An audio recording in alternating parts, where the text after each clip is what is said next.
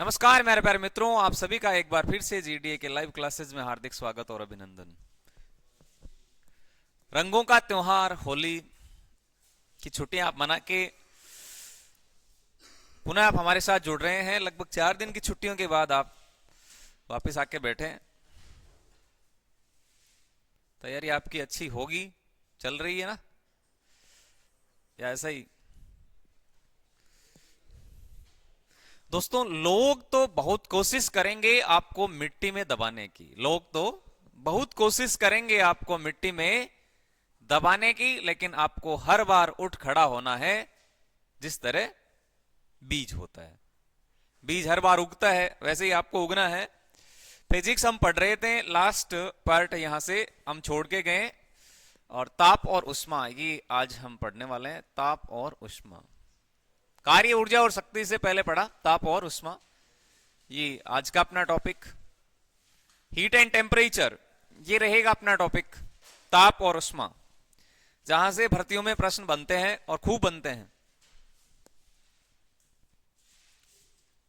आगे सभी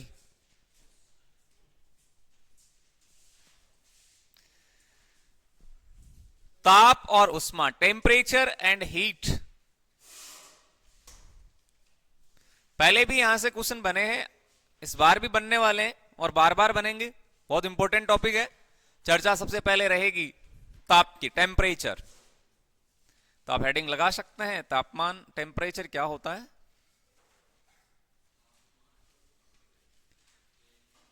अभी हाल ही में रीट के एग्जाम में यहां से प्रश्न पूछा गया था, तापमान को किसमें मापा जाता है। ये सवाल अभी पूछा गया हाल ही में, तापमान को किसमें मापा जाता है।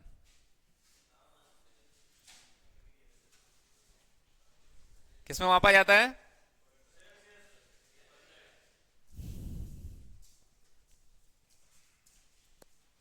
तापमान किसको कहते हैं? ताप किसे कहते हैं? किसी वस्तु की उष्णता और शीतलता। क्या है? किसी वस्तु की उष्णता और शीतलता। किसी वस्तु की उष्णता और शीतलता। उष्णता तो आप समझ गए, गर्मी, और शीतलता सर्दी। किसी वस्तु की उष्णता और शीतलता को ही क्या बोला जाता है? ताप कहते हैं, को ही ताप कहते हैं। और दो तापमान के अंतर को क्या कहा जाता है? उष्मा कहा जाता है। दो तापांतर का जो अंतर होता है उसको बोला जाता है हीट, और किसी वस्तु की उष्णता और शीतलता को क्या बोला जाता है? ताप बोला जाता है, टेम्परेचर, तापमान इसको कहते हैं। ताप की यूनिट क्या है? तापमान को किसमें मापा जाता है? यदि बात करें मानव शरीर का तापमान, तो मानव शरीर का तापमान तो आप सबको पता ही है। मानव शरीर का तापमान किसमें मापा जाता है? बहुत इंपॉर्टेंट है। मानव शरीर का तापमान किसमें मापते हैं? और ये प्रश्न हाल ही में आया है, मानव शरीर का तापमान किसमें मापते हैं? अरे किसमें मापते हैं?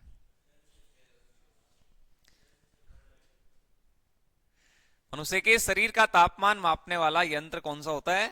थर्मामीटर होता है। और ये प्रश्न अभी हाल ही में रीट के एग्जाम में पूछा गया था। थर्मामीटर किसमें मापा जाता है? थर्मामीटर में। ओके, थर्मामीटर में मापा जाता है मानव शरीर का तापमान। और मनुष्य का जो शरीर है उसका तापमान है वो लगभग 4 यूनिट्स में डिवाइडेड है। पता है आपको? डॉक्टरी पैमाना अलग होता है, पैमाना है अलग अलग। तो किसी वस्तु की उष्णता और शीतलता को तापमान कहते हैं। मानव शरीर का तापमान आपकी थर्मामीटर में मापा जाता है, याद रखिएगा, थर्मामीटर। सवाल ऐसे पूछा जाता है कई बार एग्जाम में। तो ये मानव शरीर का तापमान मापने वाला यंत्र आपके रहेगा, उपकरण है ये थर्मामीटर। ठीक है जी, कोई दिक्कत है क्या? नहीं है ना, ये तो छोटी छोटी बातें हैं। अब तापमान की बात करें तो तापमान की यूनिट क्या होती है? तापमान की इकाई क्या होती है? तापमान की इकाई क्या है? तापमान की इकाई मुख्य रूप से, तापमान की इकाई जो होती है वो केल्विन होती है। क्या होती है? केल्विन। ये मुख्य रूप से तापमान की इकाई है। लेकिन तापमान की इकाइयों को हम 4 भागों में बांटते हैं, जो आपको शायद पता भी है। तापमान की इकाइयों को कितने भागों में बांटा जाता है? मुख्य रूप से इसको 4 भागों में हम बांट सकते हैं। कौन कौन से है जी? तापमान की इकाइयों को कितने भागों में, इकाइयां यदि पूछा जाता है तो 4 भागों में इसको विभाजित करते हैं। कई बार ऐसा प्रश्न आता है एग्जाम में कि कौन सी इकाई नहीं है, तो ध्यान रखिएगा इसकी 4 यूनिट्स होती है, 4 इकाइयां हैं तापमान की। कौन कौन सी है? एक तो रहेगी आपके सेल्सियस, हाँ जी यही है सेल्सियस, सेल्सियस है। दूसरी होती है वो फ़ारेनहाइट होती है, फ़ारेनहाइट, फ़ारेनहाइट होती है, ठीक है।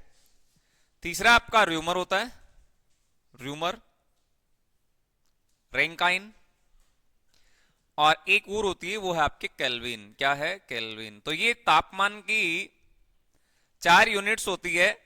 प्रश्न एग्जाम में पूछ लेता है निम्न में से कौन सी यूनिट नहीं है, कौन सी है, तो ध्यान में रखिएगा सेल्सियस, फ़ारेनहाइट, रूमर और केल्विन।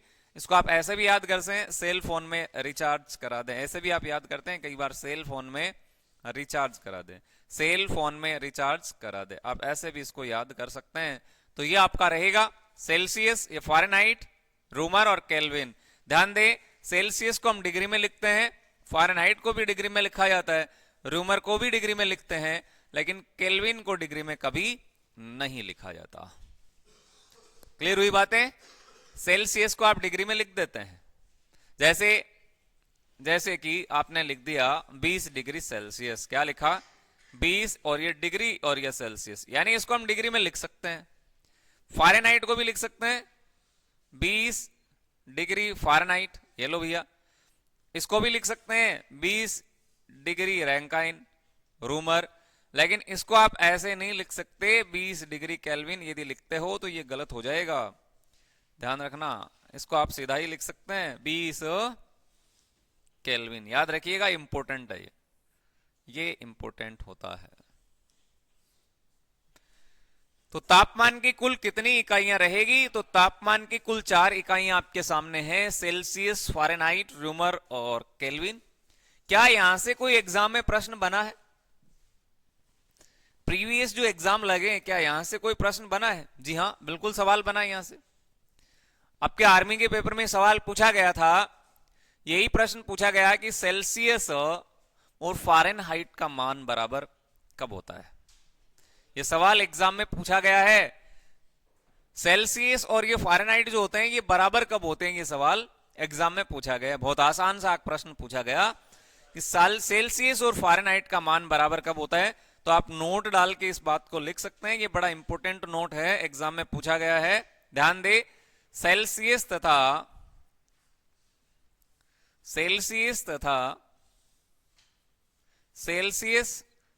फ़ारेनहाइट, सेल्सियस तथा फ़ारेनहाइट का मान -40 डिग्री सेल्सियस पर बराबर होता है। ये इस बात को आप जरूर ध्यान में रखेंगे, बराबर होता है। पूछे भैया सी और एफ के बराबर इक्वल कब होते हैं, तो ध्यान में रखिएगा ये बराबर कब होते हैं, -40 डिग्री सेंटीग्रेड पर।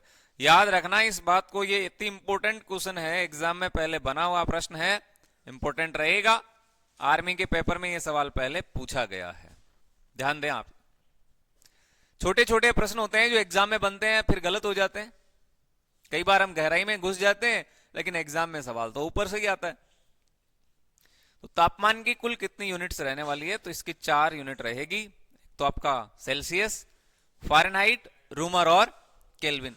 लेकिन ये बहुत कम संभावना होती है कि एग्जाम में पूछा जाए, रूमर का काम पड़ता ही नहीं है, तो 3 ही जरूर ध्यान रखें, सेल्सियस, फ़ारेनहाइट और केल्विन, इसका काम पड़ता नहीं है। अब इसी को आपसे चेंज करना पूछ लेते हैं कि सेल्सियस को फ़ारेनहाइट में बदलो, फ़ारेनहाइट को केल्विन में बदलो, केल्विन को फ़ारेनहाइट में बदलो और केल्विन को सेल्सियस में बदलो, या फिर फ़ारेनहाइट को सेल्सियस में बदलो। रूपांतरण इनका पूछा जाता है, तापमान को कैसे आप कन्वर्ट करते हैं, कैसे इसको चेंज करते हैं, ये सवाल एग्जाम में बनते हैं, तो यहां से आपको यही ध्यान में रखना है। तो प्रश्न यही बनेंगे, सेल्सियस और फ़ारेनहाइट का मान बराबर कब होगा, तो आप ध्यान रखिएगा -40 डिग्री सेल्सियस पर। तापमान के जो पैमाने होते हैं, तापमान के पैमाने, तापमान के पैमाने में संबंध क्या है, क्या संबंध होता है इनमें, यह भी बड़ा इंपॉर्टेंट है। तापमान का जो पैमाना होता है इसमें संबंध क्या होता है, तो संबंध यदि आपसे पूछा जाए तो ध्यान में रखिएगा C/5, C/5 बराबर F-32/9 बराबर R/4। तो ये आप जरूर ध्यान में रखेंगे। केल्विन का सीधा सा हिसाब है, जो भी सेल्सियस का मान दिया जाता है 273 आप उसमें ऐड करते हैं तो केल्विन का मान अपने आप ही आ जाएगा। तो इसमें ज्यादा है नहीं कुछ, ये जरूर ध्यान में रखिएगा।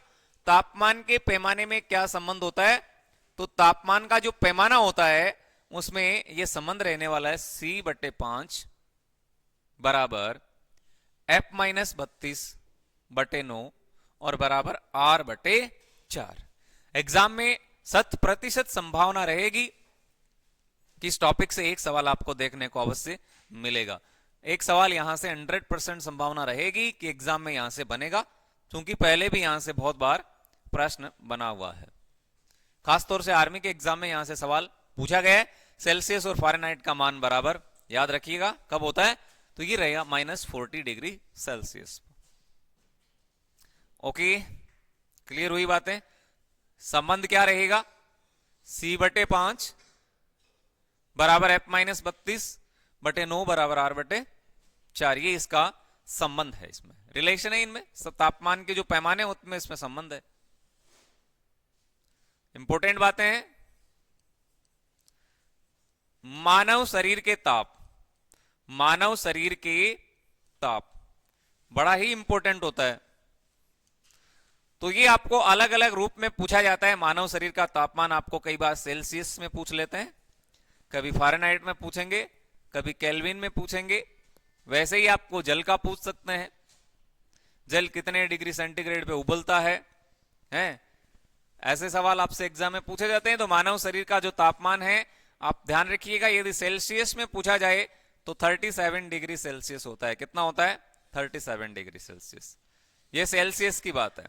और यदि इसको पूछा जाए फ़ारेनहाइट में कितना होता है, तो 98.6 होता है। यह भी ध्यान में रखना, 98.6 डिग्री फ़ारेनहाइट, ये जरूर आप ध्यान में रखोगे। और यदि आपसे सवाल किया जाए कि केल्विन में कितना होता है, तो 310 केल्विन होता है मानव शरीर का तापमान, 310 के होता है।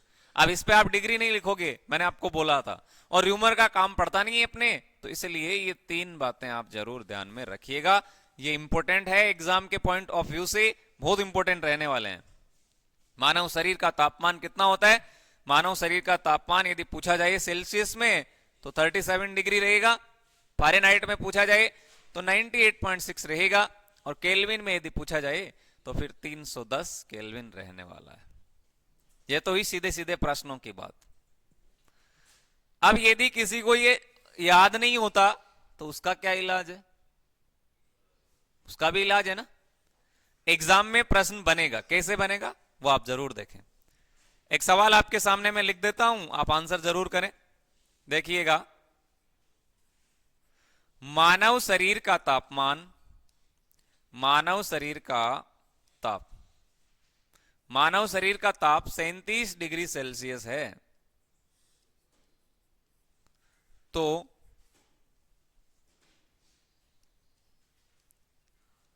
फ़ारेनहाइट यानी F तथा केल्विन यानी K में कितना होगा। केल्विन में कितना होगा। अब कोई ये जरूरी नहीं है कि आपसे यही प्रश्न पूछा जाए, ये तो कोई जरूरी है नहीं कि यही एज इट इज प्रश्न आपके सामने आएगा। यहां से प्रश्न इसको चेंज भी कर सकते हैं, सवाल को किसी रूप में पूछा जा सकता है। यहां सवाल दिया जा सकता है कि कमरे का तापमान 28 डिग्री सेल्सियस है, तो उसका मान फ़ारेनहाइट और केल्विन में कितना होगा। समझ गए। ये तो आपको याद है, मानव शरीर का तापमान 37 डिग्री सेल्सियस होता है, 98.6 फ़ारेनहाइट होता है और 310 केल्विन होता है। ये तो आपको सीधा सीधा याद था। और माना कि आपको याद नहीं है तो फिर क्या करोगे, क्या करोगे बताओ पवन। फिर वही करोगे जो ऊपर लिखा है, C/5 बराबर F-32/9। ये फॉर्मूला लगाना है। कभी भी एग्जाम में ऐसा प्रश्न देखने को मिले तो आप जरूर ध्यान में रखना, ये फॉर्मूला आपके काम आने वाला है, C/5 बराबर F-32/9। अब R का तो कोई काम पड़ता नहीं है आपके, ज्यादा संभावना यहीं से होती है कि या तो आपसे पूछा जाएगा C को F में बदल दीजिएगा, या फिर आपसे पूछा जाएगा F को C में बदलो। यानी फ़ारेनहाइट को सेल्सियस में बदलो या फिर सेल्सियस को फ़ारेनहाइट में बदलो, या फिर ज्यादा से ज्यादा आपको केल्विन पूछा जा सकता है कि सेल्सियस को केल्विन में बदलो। तो ये बहुत आसान होते हैं एग्जाम में। एग्जाम में बने यदि प्रश्न तो आप क्या करोगे, कैसे हल करोगे, क्या है अपने पास फॉर्मूला, अपने पास फॉर्मूला है C/5 बराबर क्या लिखूंगा, F-32 और बटे में 9। अब भैया आप यहां देखिए, आपसे पूछा गया है फ़ारेनहाइट में और आपसे पूछा गया है केल्विन में, समझे कि नहीं। अब फ़ारेनहाइट को क्या कहते हैं, F कहते हैं कि नहीं, केल्विन को क्या कहते हैं, K कहते हैं, और ये जो लिखा है ये क्या है, सेल्सियस। सेल्सियस। अब C तो आपको साफ साफ दिख रहा है कि दे रखा है, यहां C दे रखा है ना, पूछा क्या गया है F। एक बार आप फ़ारेनहाइट का मान निकाले, K का मान बहुत आसान होता है, K का मान तो बहुत ज्यादा आसान होता है। K का तो आप यहीं से निकाल सकते हैं, डायरेक्ट ऐसे निकालोगे। K का यदि मान पूछा जाए K का, तो आपको कुछ नहीं करना, 273 में जो भी संख्या दी जाती है सेल्सियस की उसको जोड़ दें तो ये होगा आपका 37 डिग्री सेल्सियस। तो ये क्या बन रहा है, यहां से आपके बनेगा ये 310 K। बहुत आसान है, कितना आसान है। जो भी सेल्सियस का मान दिया जाता है उसमें आप 273 संख्या ऐड कर दें, केल्विन का मान आ जाएगा। या फिर आपसे केल्विन दिया जाता है, ओके, तो 273 में से आप माइनस कर दें, सेल्सियस का मान आ जाएगा। ये तो आते हैं ना आपको जोड़ बाकी गुणा भाग, या नहीं आते। चेंज करो भैया इसको। अब C का मान कितना है, 37 डिग्री है, तो यहां लिखो 37 बटे में क्या आएगा 5 बराबर क्या लिखूं F माइनस क्या 32 और बटे में क्या आएगा 9। आप ध्यान दे, K का मान तो आप पहले निकाल चुके हैं, अब आपको चाहिए F का मान। F का मान हम निकाल लेंगे यहां से। कैसे आएगा,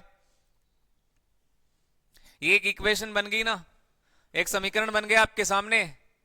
अब क्या करोगे, इसको वज्र गुणा कर लो, आसान है। इसको यहां से और इसको यहां से गुणा कर लो। आप गुणा करना आता है ना, फिर बताओ, ये गौरव बताओ क्या बन रहा है। यहां से 5 को F से गुणा करेंगे तो ये बनेगा 5F, फिर ये माइनस 5 को आप 32 से गुणा करेंगे तो 160, यही आ रहा है, ओके।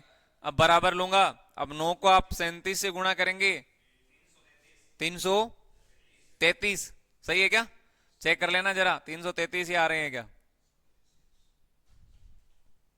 ठीक है। अब देखो यहां F है, F का मान ही चाहिए आपको, तो 5F बराबर, इसको आप उठा के उधर ले जाओ, पक्षांतरण हो जाएगा, तो ये माइनस वाली इधर जाएगी तो प्लस में आ जाएगी, तो इसको जोड़ लो, कितना होगा, कितना हो रहा है, ये हो गया आपके 3 इधर से और 6 और 3 9 और 1 और 3 ये 493। अब तो आप समझ गए होंगे, निकाल लेंगे आज आराम से। अच्छा अब आगे क्या करोगे, F का मान चाहिए, ये गुणा में है तो भाग में कर दो इसको, F बराबर बना ये 493 बट्टे क्या हो गया 5, तो F बराबर क्या आ रहा है, तो ये आएगा आपके 9 पंजा 45, तो ये आ गया 9 और 8 98.6 डिग्री फ़ारेनहाइट। आपने शुरू में देखा होगा मानव शरीर का जो तापमान होता है, मानव शरीर का तापमान फ़ारेनहाइट में कितना होता है 98.6। अब जिसको ये याद था अच्छी बात थी, अब जिसको याद नहीं है ना वो ऐसे ही निकालेंगे इसका आंसर। देखो कितना आया फ़ारेनहाइट का मान 98.6, केल्विन कितना है 310 310। केल्विन कितना होता है? 310। बताओ ये समझ में आया या नहीं आया? नहीं आया तो एक सवाल और ले लेंगे। ये लो, तीन तीन प्रश्न यहां से बने थे। मानव शरीर का तापमान आपके सेल्सियस में कितना होता है? तो 37 डिग्री सेल्सियस होता है। फारेनहाइट में कितना होता है? तो 98.6 डिग्री फारेनहाइट होता है। और केल्विन में कितना होता है? तो 310 केल्विन होता है। यह तो हुई मनुष्य के शरीर के तापमान की बात।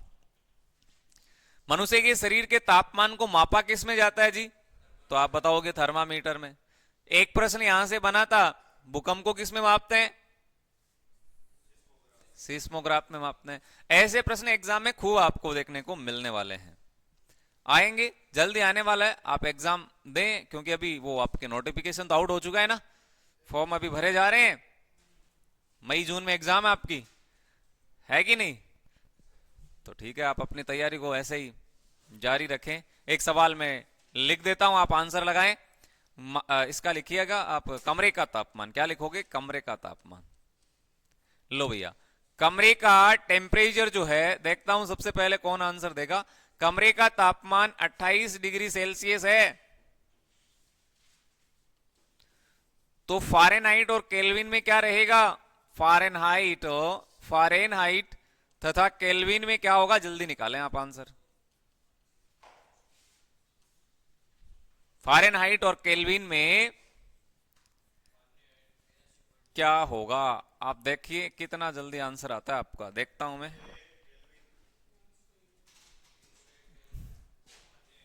ये प्रश्न तो ऐसे हैं, आप इनको चुटकियों में उड़ा देना चाहिए। इतने में तो एक एक प्रश्न का आंसर तो तब तक आ जाना चाहिए था कि बहुत आसान होता है कि यदि आपको सेल्सियस दिया जाता है, केल्विन में आपसे पूछा जा रहा है, तो ये तो बहुत आसान हो गया।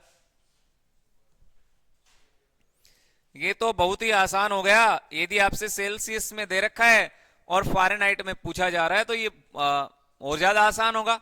सेल्सियस दिया है, केल्विन में पूछा जा रहा है, तो भी आसान ही है, कुछ है नहीं इनमें। आगे क्या आंसर? सानिया, क्या आंसर आ रहा है? गौरव, राकेश भी। राकेश बताओ क्या आंसर आया है?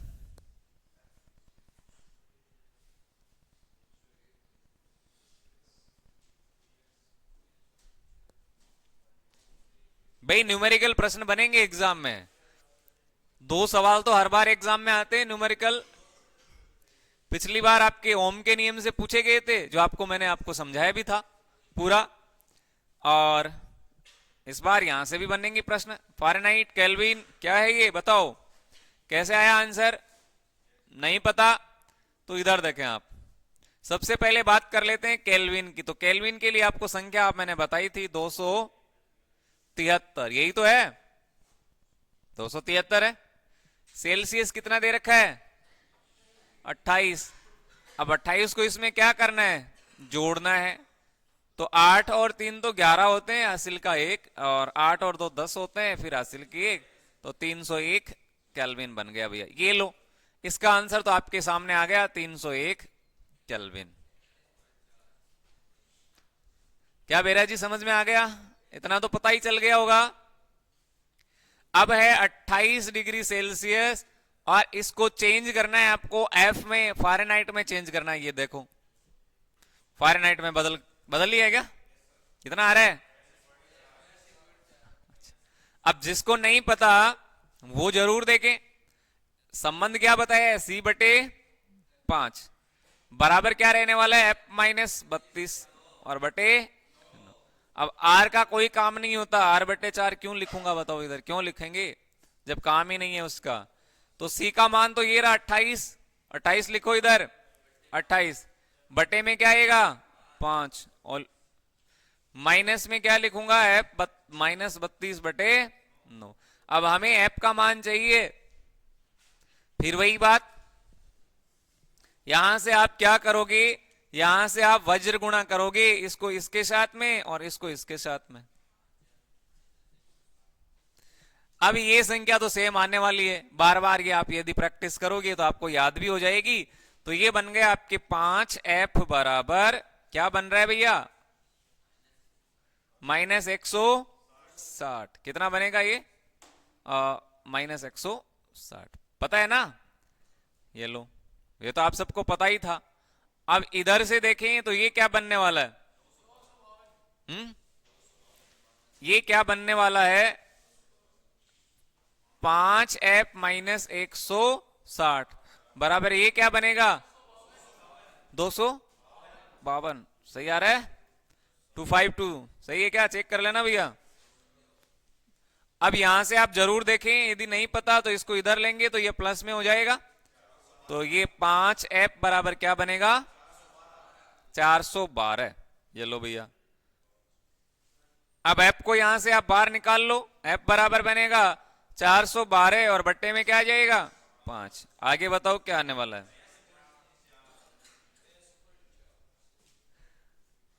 8 पंजे 40 तो यही बन रहे हैं ना?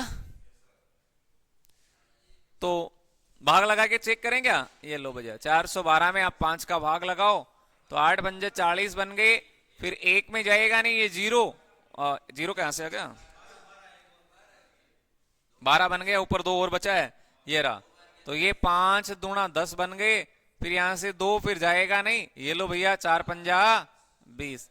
ये आपका आंसर आ रहा है 82.4। यहां से बनेगा 82.4 फ़ारेनहाइट। बोलो भैया, कोई दिक्कत है क्या? अभी भी दिक्कत है जरूर है। कैसे है? कैसे है? इस बार मैं इसी क्वेश्चन को चेंज कर देता हूं। देखो, क्वेश्चन को चेंज कर रहा हूं, आप आंसर करें।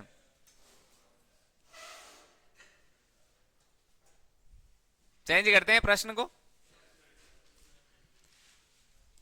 लो भैया, किसी वस्तु का किसी वस्तु का ताप किसी वस्तु का ताप 80 डिग्री फ़ारेनहाइट है,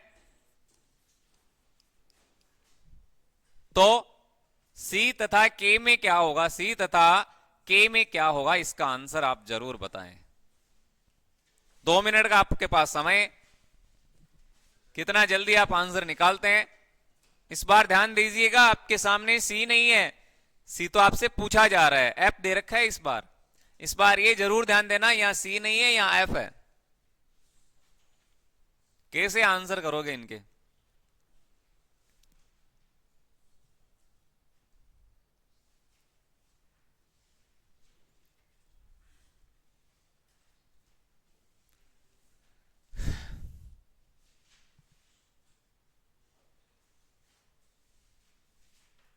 किसी वस्तु का तापमान 80 डिग्री फ़ारेनहाइट है, तो सी और के में, सेल्सियस और केल्विन में क्या रहने वाला है?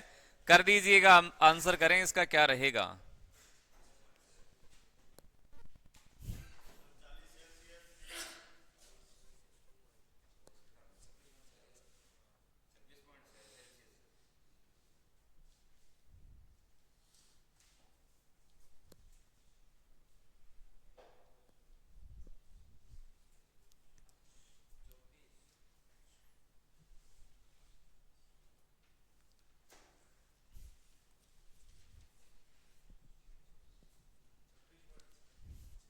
आ गए क्या आंसर या नहीं आए?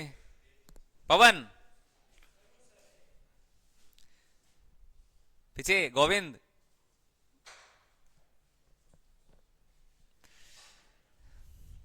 भैया यहां अभी तक सी दे रखा था, इस बार सी नहीं है, इस बार एफ दिया है।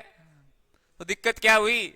फॉर्मूला तो वही लगने वाला है, C/5 बराबर F-32 अब करना कुछ नहीं है, ये एफ रहा, इसकी जगह यहां ये लिख दो 80 बस। अरे यहां से 80 तो बनेगा, बन जाएगा, फिर ये 9C इक्वल हो जाएगा, 9C बराबर बन जाएंगे, बस आंसर आ जाएगा ना। इस बार हम क्या करेंगे, ये जो है ना, ये एफ की जगह 80 रख दो बस। फिर 9C बनेगा, तो ये 9C बराबर, इसको आप वज्र गुणा करके अपने आंसर है वो निकाल सकते हैं। क्लियर हो गई बातें? कोई दिक्कत वाली नहीं है, आराम से आप निकाल लें इसका आंसर क्या रहने वाला। चलो भैया, नेक्स्ट उष्मा। उष्मा, हीट।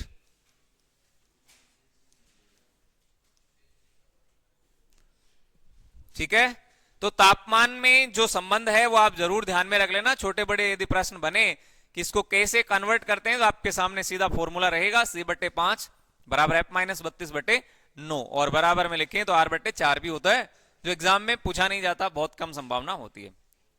उष्मा हीट क्या है? दो वस्तुओं के ताप के कारण ये उत्पन्न होती है। उष्मा क्या है? ध्यान दीजिए, उष्मा क्या है? दो वस्तुओं का तापांतर है। उष्मा क्या होती है? दो वस्तुओं का तापांतर है। दो वस्तुओं में ताप के अंतर के कारण यह उत्पन्न होती है, तो दो वस्तुओं का तापांतर है उष्मा, याद रखें आप। उष्मा सदैव उच्च ऊर्जा से निम्न ऊर्जा की ओर चलती है, यह भी जरूर ध्यान रखें। उष्मा का स्थानांतरण कहां होता है?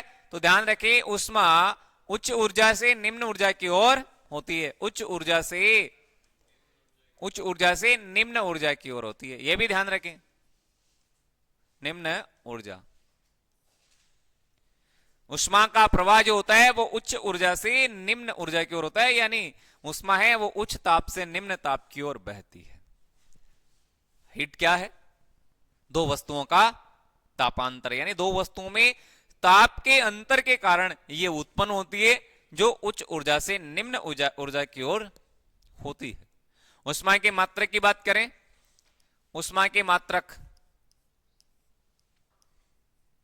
क्या है? जो मात्रक कार्य का होता है वही ऊर्जा का होता है। कार्य का मात्रक क्या है? जूल। ऊर्जा का मात्रक क्या है? जूल। कार्य किस प्रकार की राशि है? अदिश। याद हुआ क्या? हाँ, सारी बातें याद है। तापमान का मात्रक क्या होता है? केल्विन। उष्मा का मात्रक क्या है? उष्मा का मात्रक क्या होता है? उष्मा का मात्रक ध्यान में रखिएगा, जूल होता है। क्या होता है रे? जूल। उष्मा का मात्रक आपके जूल होता है। उष्मा का मात्रक क्या है? जूल है। लेकिन ये तो ऐसा ही यूनिट है इसकी, यदि सीजीएस पूछी जाए तो इसका मात्रक केल्विन होगा। क्या होगा? केल्विन। उष्मा के अन्य मात्रक की बात करूं तो केल्विन होगा, अन्य मात्रक। सीजीएस मात्रक है ये, अन्य मात्रक में उष्मा का मात्रक क्या होने वाला है? केल्विन। केल्विन कैलोरी, कैलोरी होता है। क्या होता है? कैलोरी। ये बहुत इंपॉर्टेंट है। अब आपके सामने प्रश्न आएगा, यही आने वाला है।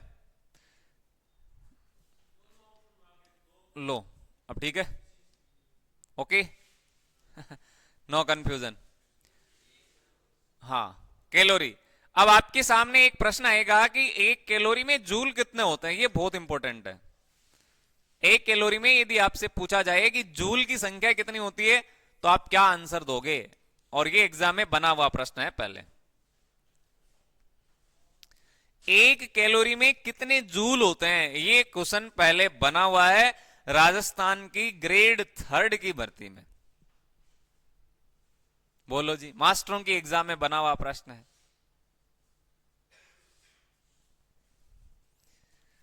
क्या आंसर होगा? एक कैलोरी में जूल कितने होते हैं? कितने होते हैं? किसी का आंसर नहीं आया। 4.186 कितने होते हैं? 4.186 जूल होंगे। कितने होंगे? 4.186 जूल होंगे। इसको रट लेना, रट्टा मार लेना। कई कई ऐसी चीजें होती है जो आपके बस में आती नहीं है, तो उसको आप रट लें। सीधा साक फॉर्मूला है? रट्टा मारो, पेपर दो और अपना बस। हाँ, क्योंकि आप आर्मी में जा रहे हैं तो आर्मी में आपको वहां जाके, ऐसे तो है नहीं कि ज्ञान आपको वहां बांटना है ज्ञान तो बांटना नहीं है ना, है? आपको तो जो कार्य मिलेगा अपने देश की रक्षा का, वो करना है। एक कैलोरी में एक 4.186 जूल होंगे, ये जरूर आप ध्यान में रखना। ठीक है जी। उष्मा की संचरण की 3 विधियां जहां से प्रश्न बनते हैं।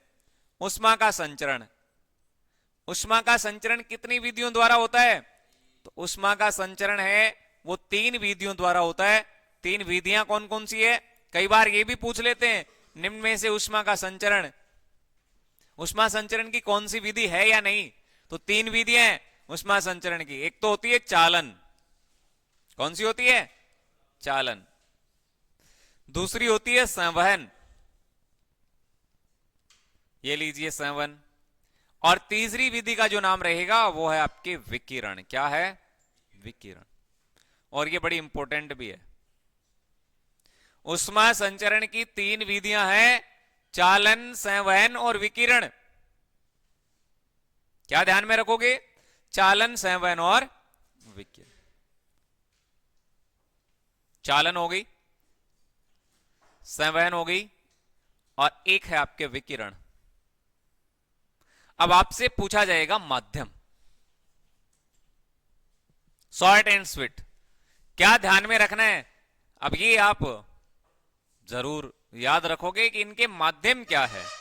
यदि आपसे सवाल किया जाए कि ऊष्मा संचरण की चालन विधि जो होती है उसमें माध्यम की आवश्यकता होती है या नहीं, माध्यम चाहिए तो कौन सा होता है?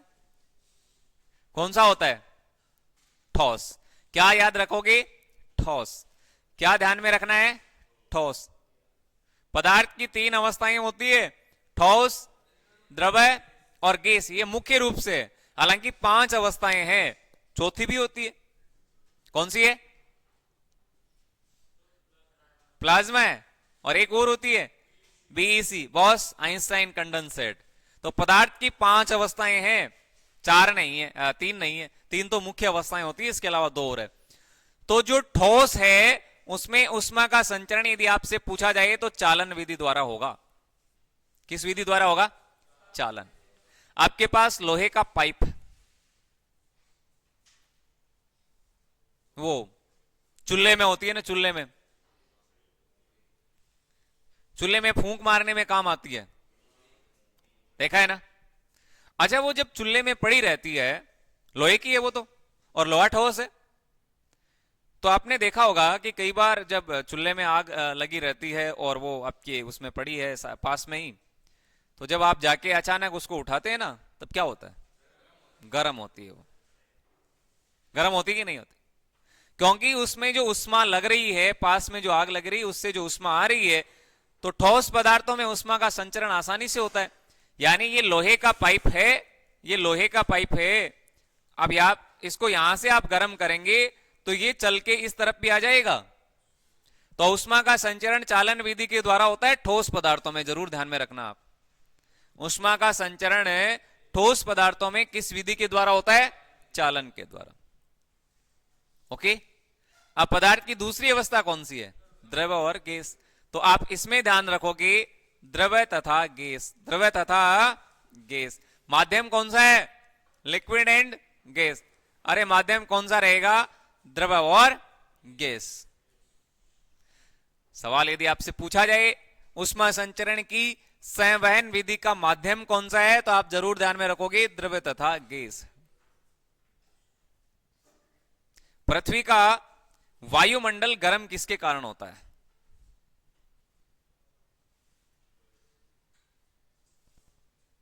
किसके कारण होता है? रेफ्रिजरेटर में फ्रीजर है, वो पेट्टिका के ऊपर रखा जाता है या नीचे रखा जाता है? हाँ, फ्रीजर जो होती है उसके नीचे रखा जाता है या ऊपर रखा जाता है? बल्ब जो होते हैं उसमें गैस भरी जाती है, हैं? पृथ्वी का वायुमंडल संवहन विधि के कारण ही गर्म होता है, ध्यान में रखिएगा। होता है कि नहीं होता? वायुमंडल जो गर्म होता है। और ये इंपॉर्टेंट इसलिए है, ये इंपॉर्टेंट इसलिए है कि ये आपके टीचर्स की एग्जाम में तो यहां से 2-3 बार प्रश्न बना है, ठीक है?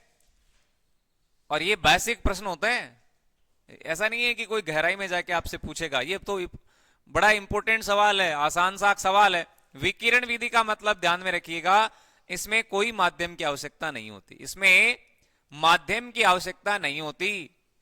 क्या होगा? माध्यम की आवश्यकता ही नहीं होती। लो, इसमें माध्यम की आवश्यकता नहीं होती। अब कई जबरदस्ती करके आ जाएंगे। उष्मा संचरण की कौन सी विधि है जिसमें माध्यम की आवश्यकता नहीं होती? तो विकिरण है। और सूर्य का जो तापमान है, सूर्य की जो प्रकाश की किरणें है ना, वो पृथ्वी तक पहुंचती है किस माध्यम से?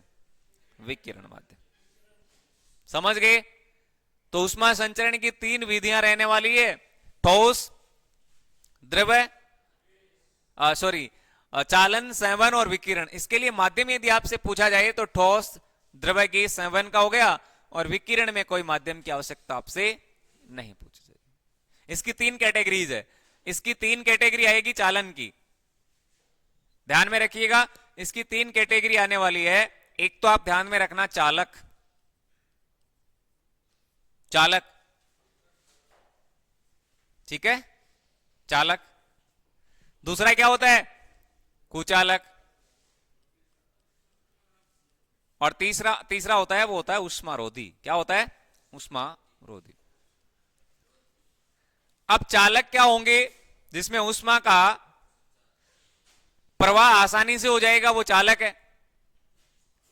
भाई उष्मा का प्रवाह आसानी से होता है, वो चालक है। जैसे जैसे बताओ, मनुष्य का शरीर, मनुष्य का शरीर है ना, ये करंट है, इसमें आप हाथ डालो, तुरंत आएगा कि नहीं आएगा? तो ये चालक है। मनुष्य का शरीर क्या होता है? उष्मा का क्या होता है? चालक होता है।